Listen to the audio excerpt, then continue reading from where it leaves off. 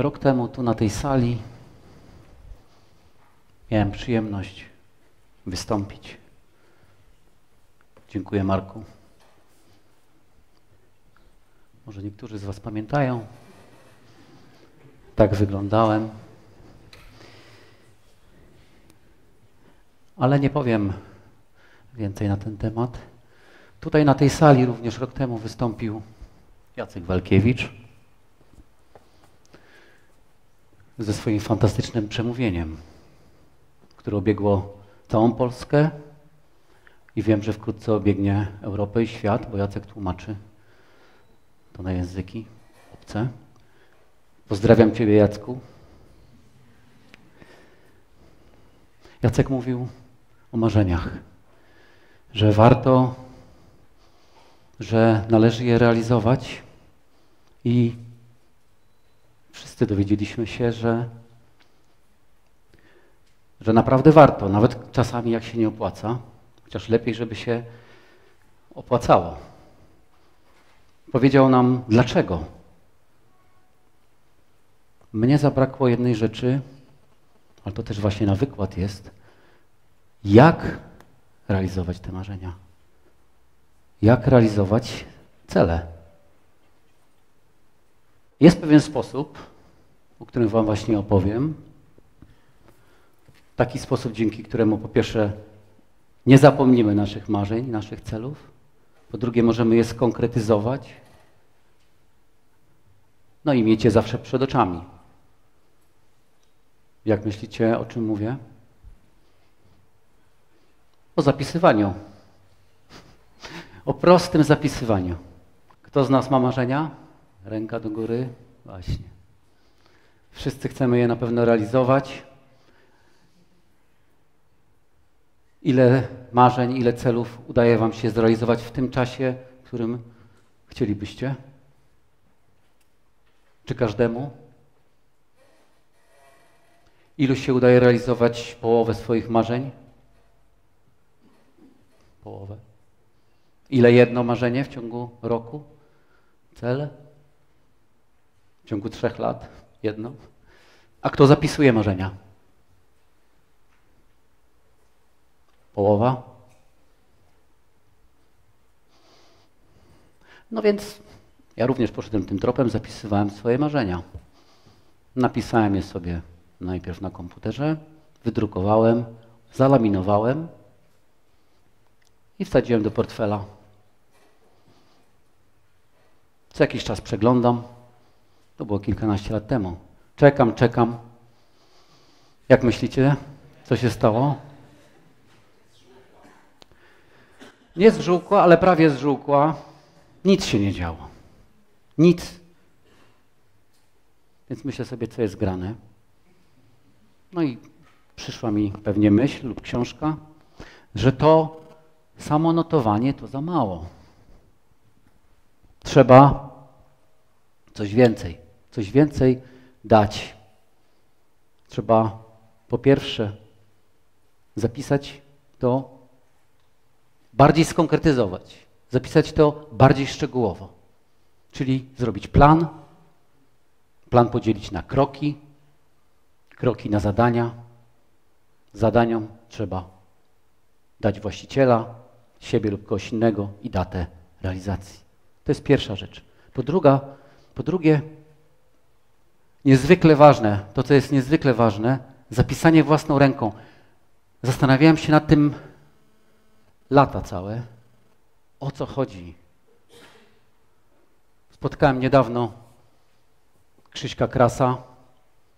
Pozdrawiam Ciebie, Krzyśku, również. To jest niezwykły człowiek. I on mi to wyjaśnił. Powiedział, że myśl jest impulsem elektrycznym. Impuls elektryczny zapisany w komputerze jest ciągle impulsem elektrycznym. Dopiero podczas pisania ręcznego między okiem, ręką, mięśniami a mózgiem zachodzi cud. Zachodzi pewien cud. Jak myślicie, jaki to cud? Najprostszy. To jest cud uczenia się. Cud uczenia się. Wtedy, kiedy słuchamy, notujemy, czytamy, notujemy, to tak jak z zrobieniem ściąg. Kto pamięta ściągi? Właśnie. Co to jest ściąg? To jest przełożenie wiedzy na swój sposób, zapisanie tego po swojemu i dopiero wtedy to jest moja wiedza, moja książka. Wtedy jeszcze jest jeden cud. Podczas uczenia się, kto powie, jaki jest? Rzadko się zdarza. Mnie zdarzyło się może kilka razy w życiu. To jest ten efekt olśnienia. Efekt wow. Wtedy, kiedy już wiesz, że to wydaje się takie proste, a do tej pory było niezrozumiałe. W mojej pracy dużo notuję, dużo piszę, cały czas piszę. Spotykam się dziennie z kilkoma ludźmi, z kilkunastoma, w ciągu tygodnia, w ciągu 2, czasami nawet i ponad 100 osób. Od 15 lat wymyślam i wdrażam programy, systemy, które pomagają firmom, zarządom w tym, żeby pracownicy przy okazji swojej pracy robili jeszcze coś, żeby zwiększać zysk i przy okazji jeszcze zwiększać wynagrodzenia dla samych siebie. Pomimo tego, że 25 lat pracuję na komputerze, niektórzy myślą, że komputery są pewnie od niedawna, 88 rok, pomimo tego, że od 18 lat używam Excela i klienci, kiedyś pracownicy mówią na mnie Mr. Excel. Mówią pan tabelka. A niektórzy nazywają mnie Matrix, bo łączę ludzi i liczby. Miliony liczb i setki ludzi. I co z tego, jak ciągle pracuję na papierze? Zapisuję to wszystko na papierze. Mam swój własny system. Ludzie piszą od wieków. Kiedyś zapisywali ludzie wielcy, twórcy, ci, którzy tworzyli, było ich niewielu. Dziś praktycznie podejrzewam, że 100% osób na tej sali to twórcy. Jesteście twórcami. 100% osób, które mnie ogląda, tworzy własną rzeczywistość. Nie tylko chcę czytać cudze książki, chcę tworzyć własne książki. Dlatego musimy zapisywać. Mówiłem to rok temu, ile mamy spraw na głowie. Mamy tyle samo spraw na głowie, co człowiek w średniowieczu miał przez całe życie, a my mamy tyle spraw przez tydzień czasu. Około 200, nie 150, tak jak rok temu mówiłem, ale 200. Około 100 spraw mamy bieżących, które się w ciągu tygodnia wypalają, a drugie 100 jest dłuższe. Trwają tydzień, 2, 3. Dajemy sobie z tym radę jakoś? To jest nasze życie.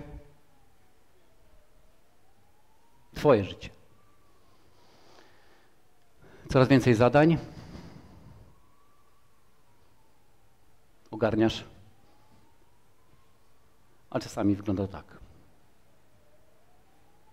Dlatego potrzebny jest system. Co robi system? System jest systematyczny za ciebie. Tak wygląda szafa pewnej osoby. Czy można się ubrać? Można się ubrać. Ile to trwa? Jak wyglądasz? Tak wygląda szafa garderoba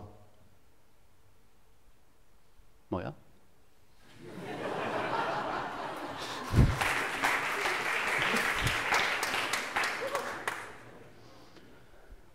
O co chodzi w systemie? W systemie chodzi o to, żeby kiedy dowiadujesz się nagle, że masz dzisiaj ważne spotkanie albo wystąpienie, w ciągu 5 minut podchodzisz do szafy, ogarniasz jednym spojrzeniem, co masz.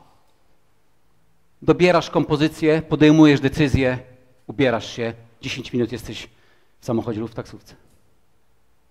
Jesteś przygotowany, ale na czym to polega?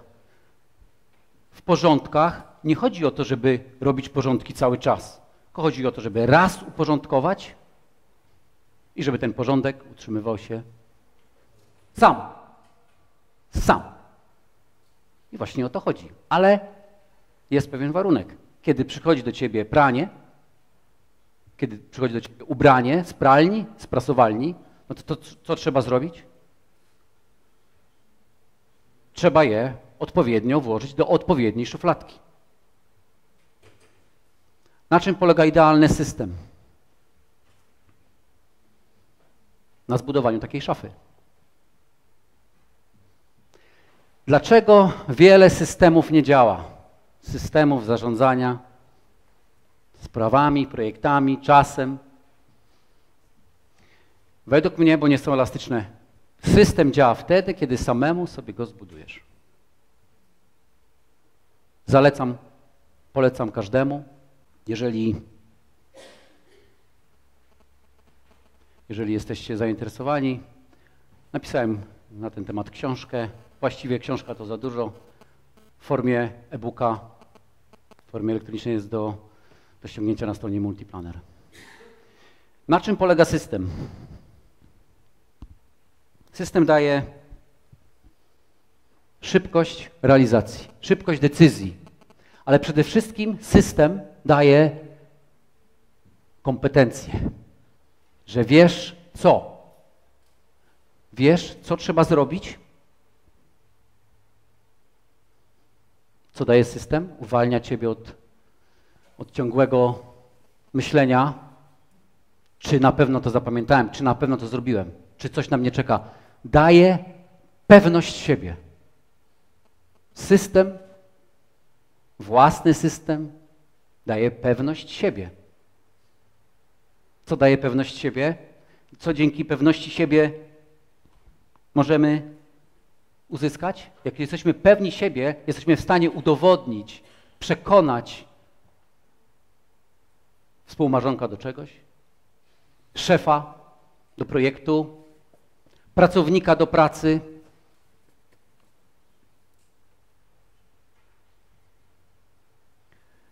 Pewność siebie daje jeszcze jedną rzecz. 200 lat temu pewien Anglik, John Letts, wyprodukował pustą książkę. Czystą książkę zdjął z kościoła, z bram kościoła kalendarz i wpisał go poniedziałek, wtorek. Wpisał poniedziałek, wtorek, środa, czwartek do tej książki. Współcześni mu najbliżsi mówili: John, po co to robisz? Pukali mu w głowę.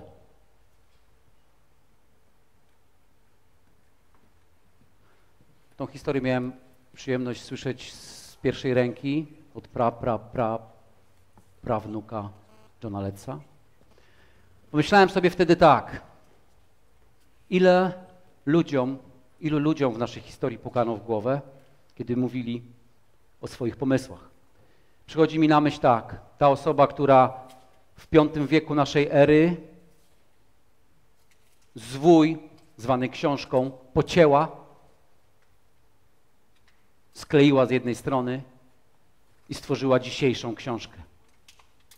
To było 15 wieków temu. Taką książkę, jaką znamy dziś. Ile osób pukało w głowie temu komuś? Ile osób pukało w głowę, pukało palcem Kolumbowi? Ilu Fordowi? A ilu? Kto będzie jeździł samochodem? Tylko nieliczni. Dla ludzi? Samochód dla mas? Oszalałeś. Całe Detroit powiedział. Zrobiłeś badania? Czy zrobiłeś badania rynku? Ford powiedział, gdybym zrobił badania rynku, to by ludzie chcieli szybsze konie.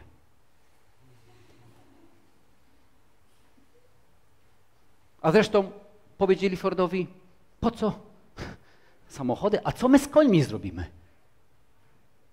Czy to jest przemysł równy dzisiejszemu przemysłowi paliwowemu? Jobsowi mówili, komputery dla mas? Oszalałeś? Zastanawiam się, ilu osobom na tej sali, ilu osobom, którzy mnie oglądają, pukano w głowę, kiedy dzielili się swoimi pomysłami, swoimi ideami. Ilu?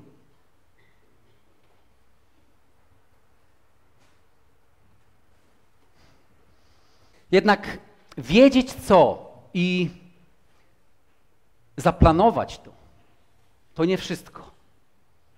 Co?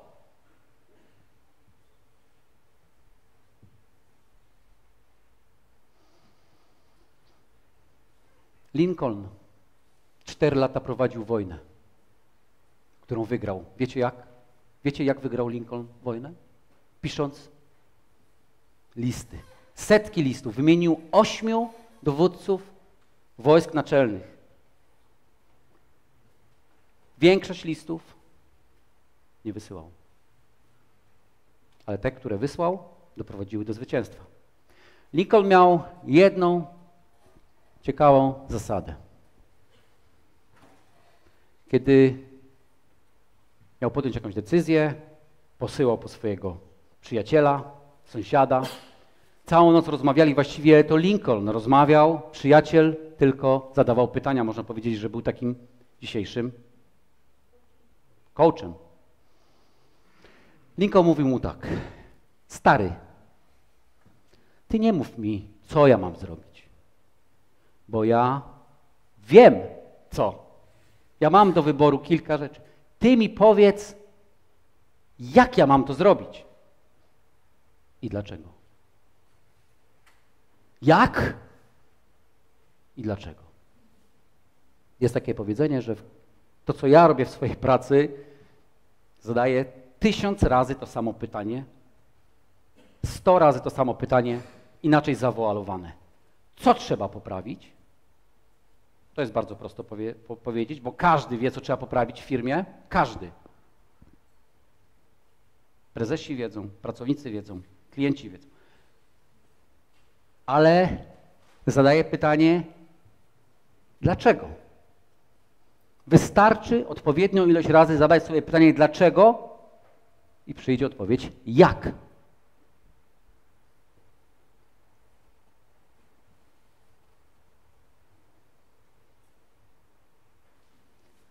Wiedza to jest co?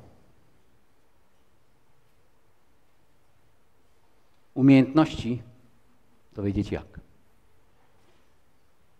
A potem w praniu, w doświadczeniu. Dlaczego? Wtedy już jest tak blisko, bo wtedy tworzy się nawyk. 3 lata temu zacząłem realizować swoje marzenie. Całe życie marzyłem o tym, żeby nie tylko działać dla firm, nie rozwijać czyichś produktów, tylko mieć swój własny produkt. I mam go. Stworzyłem i rozwijam Multiplaner. Jest kilka, nie wiem, czy ktoś na sali jest, kto używa mojej metody. Z tego, co widzę, to na pewno z kilka osób. Realizuję to marzenie z roku na rok. Jest coraz lepiej i wiem, że nigdy bym tego nie zrobił, gdybym nie zastosował metody zapisywania. Nie byłoby to możliwe.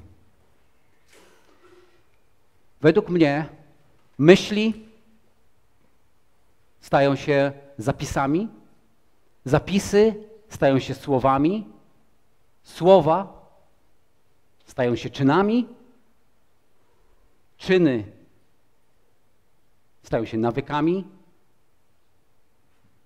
a nawyk nawyki, to jest charakter, czego Wam i sobie życzę.